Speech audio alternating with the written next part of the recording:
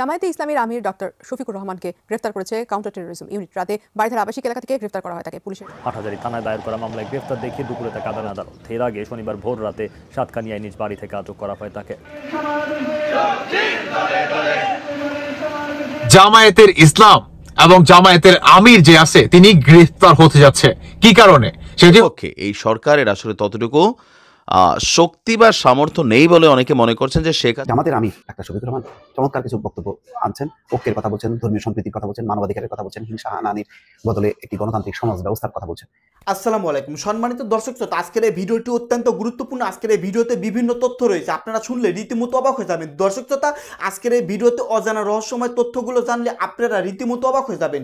তলে তলে এগুলো কি চলতেছে? দর্শক শ্রোতা, ডক্টর ইউনূস মহাবিপদে পড়েছে।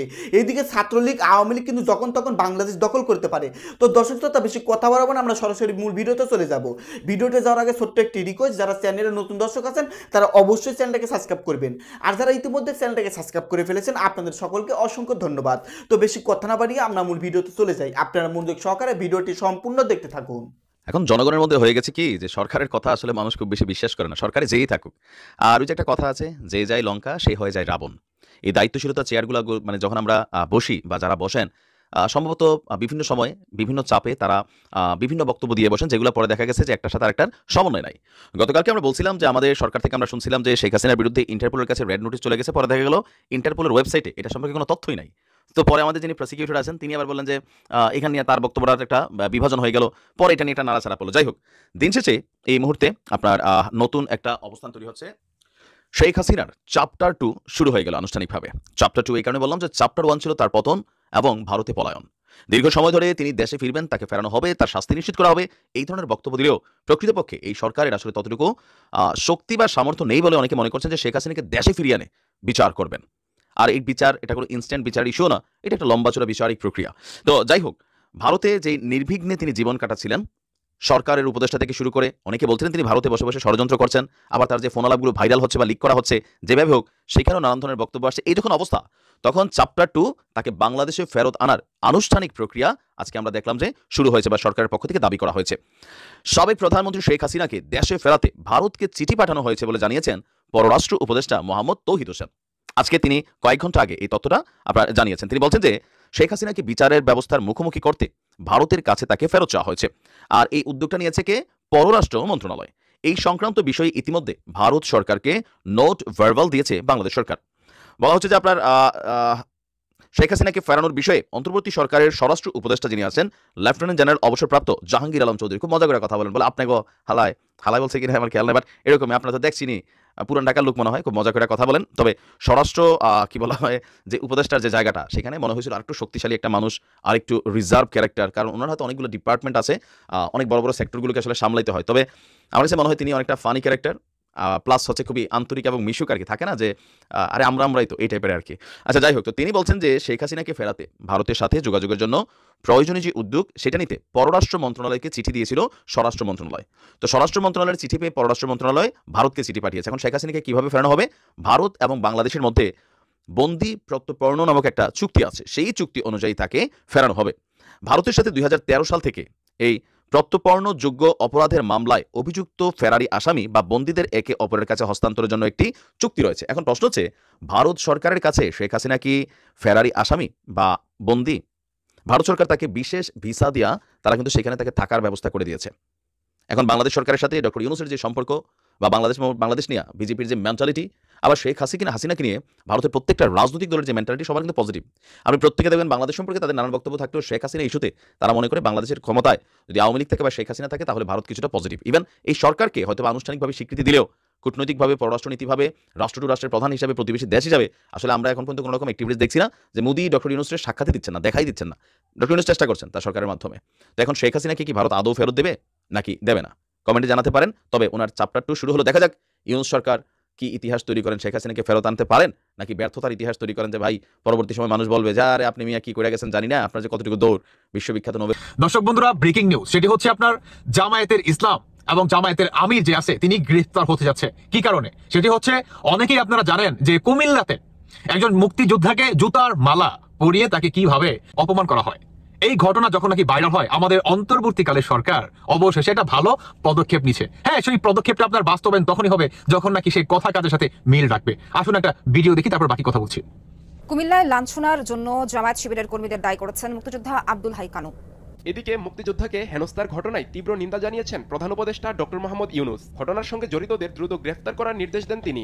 আচ্ছা শুনে না, দেখতে হবে না তো, তারা কিন্তু বলছে এবং রিপোর্ট করছে এবং তারা মানে এটাও বলছে যে অন্তর্বর্তীকালে সরকার তিনি খুবই দুঃখ প্রকাশ করেন এবং যে বা যারা নাকি এটার সাথে জড়িত তাদেরকে অতি দ্রুত আইনের আওতায় আনতে হবে কিংবা গ্রেফতারের আওতায় আনতে হবে, এবং সেখানে পুলিশ প্রশাসন যায় ইনকোয়ারির জন্য, তাই না? তো আমার কথা হচ্ছে এটা তো লেট হওয়ার তো কিছু নাই যদি গ্রেফতারি করতে হয়, কারণ যে বা যারা নাকি ভিডিও করছে তাদের তো একটা ব্যাকগ্রাউন্ডে তাদের বয়স ছিল যে এটা কোন দল বা এরা আসলে কাদের নির্দেশে এই ধরনের কাজ করতেছে, এটা তো বোঝাই যাচ্ছে বর্তমান বাংলাদেশে।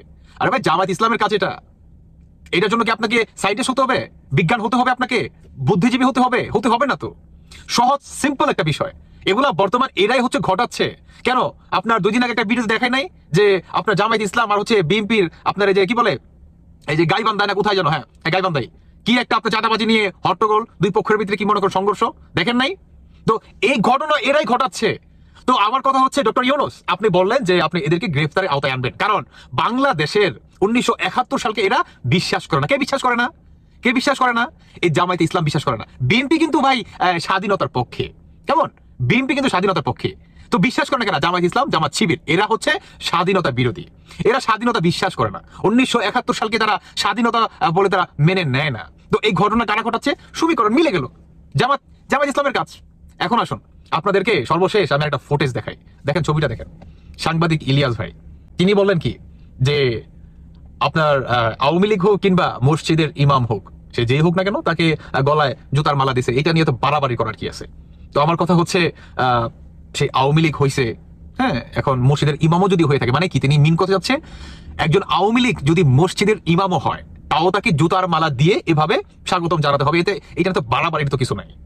মানে আপনি তাহলে বলে দিলেই হয়। সাংবাদিক ইলিয়াস ভাই, আপনি খুবই শ্রদ্ধার একজন মানুষ, আপনার প্রতি শ্রদ্ধা রেখে কথা বলতেছি, সেটা হচ্ছে আমি ক্ষুদ্র একটি মানুষ, হ্যাঁ, বলে দিলেই হয় যে আওয়ামী লীগের যারা নাকি আছে তারা বাংলাদেশে সারা জীবনের মতো আপনারা ত্যাগ করে বের হয়ে যান, আপনাদের বাংলাদেশে থাকার কোনো রাইট নাই। বলে দিলেই হয়, এত কি বলে ই করা তো কিছু নাই, ডিরেক্ট বলে দিলেই হয় যে বাংলাদেশে আওয়ামী লীগের কোনো ই থাকবে না। আওয়ামী লীগ যারা আছে তারা আপনার শেখ হাসিনার কিংবা বঙ্গবন্ধুর কিংবা আপনার আওয়ামী লীগের নাম উচ্চারণ করলেই তিনি মহা একটা অপরাধ করছে, মানে বাংলাদেশের আইন মোতাবেক এটাই হচ্ছে সর্বোচ্চ অন্যায়, কিংবা এই অন্যায় এই হচ্ছে সাজা।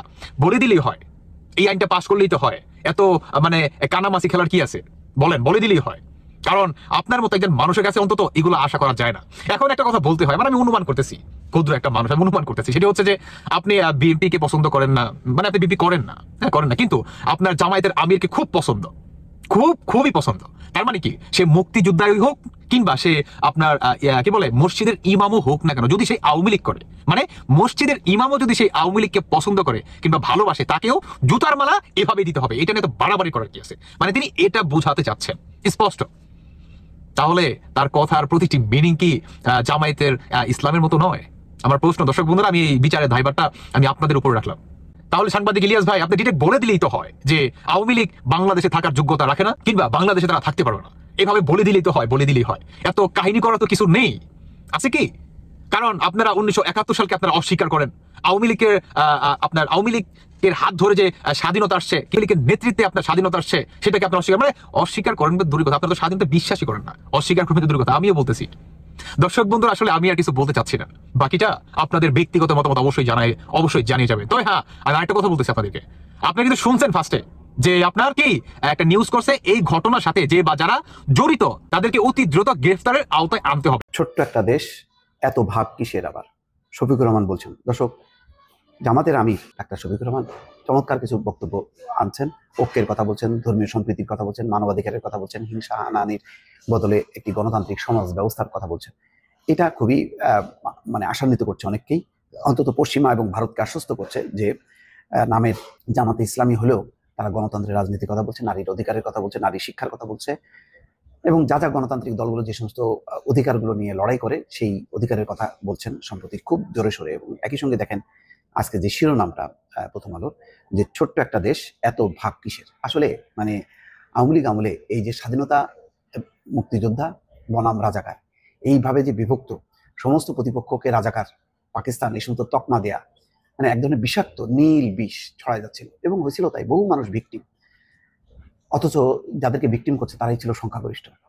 তার পরিণতি নির্মমভাবে অনুভব করেছে বাংলাদেশের ইতিহাস, পৃথিবীর ইতিহাসে যে 2-4 জন স্বৈরশাসক লজ্জাস্করভাবে দেশ ছেড়ে পালিয়ে যান, শেখ হাসিনা সেই কাতারে চলে গেল।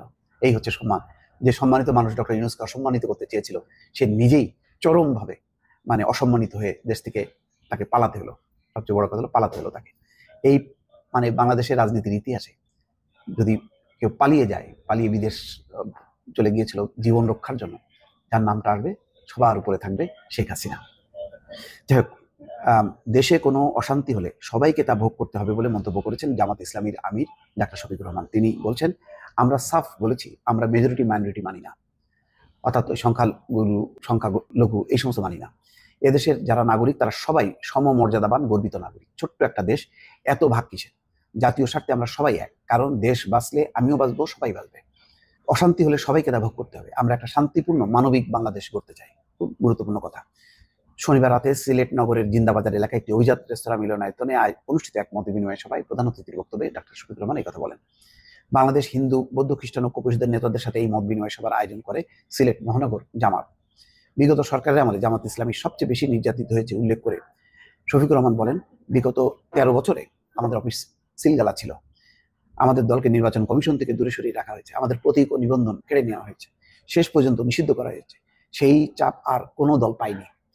5ই আগস্টের আগে দেশে দখলদারি, চাঁদাবাজি হয়েছে, এখনো হচ্ছে, শুধু ফ্ল্যাগ বদল হয়েছে, ডান হাত থেকে বাম হাতে গেছে। গুরুত্বপূর্ণ একটা কথা যে 5ই আগস্টের আগে দেশের দখলবাজি, চাঁদাবাজি হয়েছে, এখনো হচ্ছে, শুধু ফ্ল্যাগ বদল হয়েছে, ডান হাত থেকে বাম হাতে গেছে। গুরুত্বপূর্ণ একটা দিক নির্দেশনা। নিশ্চয়ই যারা এইসব ঘটনার সাথে যুক্ত তারা বুঝতে পারবেন। আরেকটি কথা বলছে যে সত্যি জামাত ইসলাম নিষিদ্ধ পর্যন্ত হয়েছে, শেষ ধাপটি ছিল নিষিদ্ধ হওয়া, সেটিও প্রশাসনিক আদেশে নিষিদ্ধ করা হয়েছে। ঘটনাক্রমে তারপর হয়তো 1 সপ্তাহ টিকতে পারেনি শেখ হাসিনা সরকার। শফিকুর রহমান বলেন, আমরা সব সম্প্রদায়ের মানুষ জাতীয় স্বার্থে এক হয়ে কাজ করব, শান্তির বাংলাদেশ গড়ব। আমরা কোনো দায়িত্ব পেলে মালিক হিসেবে নয়, পাহারাদার হিসেবে দায়িত্ব পালন করব। আমাদের নেতা কর্মীদের আগে যে সম্পদ থাকবে, নির্বাচনের পরও সমান থাকবে। নিজের দিকে না তাকিয়ে জনগণের দিকে তাকাতে হবে। আমাদের কর্মীদের স্পষ্ট বলা হয়েছে, কারো সম্পদের দিকে তাকানো যাবে না। যদি এরকম কোনো ঘটনা ঘটে আমরা কঠোর ব্যবস্থা নেব। আসলে জামাত ইসলামের বিরুদ্ধে কিন্তু কোনো মিডিয়া এই পর্যন্ত কোনো খবর ছাপা হয়নি যে জামাত ইসলাম কারো ঘর বাড়ি দখল করছে। সংখ্যালঘু নির্যাতনের ঘটনা অধিকাংশ ভারতীয় মিডিয়ায় অপপ্রচার মন্তব্য করে জামাতের আমির বলছেন, বিগত সময়ে রাজনৈতিক দলগুলো বিভিন্ন সম্প্রদায়কে পক্ষ বিপক্ষে উপস্থাপন করে নিজ নিজ স্বার্থে ব্যবহার করেছে। জুলাই বিপ্লবের পরবর্তী সময় আমরা বৈষম্যহীন সমাজ গড়তে চাই। কিছু ঘটনা ঘটেছে রাজনৈতিক কারণে, তবে তাও আমরা সাপোর্ট করি না। আইনের ভিত্তিতে সবাইকে চলা উচিত। দর্শক, খুবই গুরুত্বপূর্ণ কথা, মানে আশা জাগা দিয়ে কথা, যে কিছু ঘটনা ঘটেছে রাজনৈতিক কারণে, সেটাকেও আমরা সমর্থন করি না। আইনের ভিত্তিতে সবকিছু হওয়া উচিত। আসলে আমিও তো সেটা বলি যে একে ওকে ধরে নিয়ে আওয়ামী লীগ যুবলীগ করে বলে তাকে মারপিট করা, কারণ সে অত্যাচারী না, এটা আপনার কাজ না। আপনি তার মামলা আছে কিনা, তার বিরুদ্ধে অভিযোগ থাকলে থানায় মামলা করেন, পুলিশের কাজ আপনি কেন করবেন?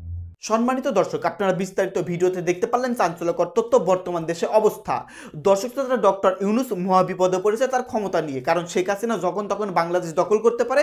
ছাত্রলীগের নেতাকর্মী ইতিমধ্যে বাংলাদেশে আসা শুরু করে দিয়েছেন। দর্শক শ্রোতা, সকল তথ্য মিলিয়ে আজকের এই ভিডিওতে অজানা কিছু রহস্যময় তথ্যও জানতে পারলেন। দর্শক, এই সম্পর্কে আপনাদের মতামত ভিডিওর কমেন্ট বক্সে এখনই ঝটপট জানিয়ে দিবেন। ভিডিওর সঙ্গে সম্পূর্ণ আকারে থাকার জন্য আপনাদের সকলকে অসংখ্য ধন্যবাদ। সকলেই ভালো থাকবেন। আল্লাহ হাফেজ।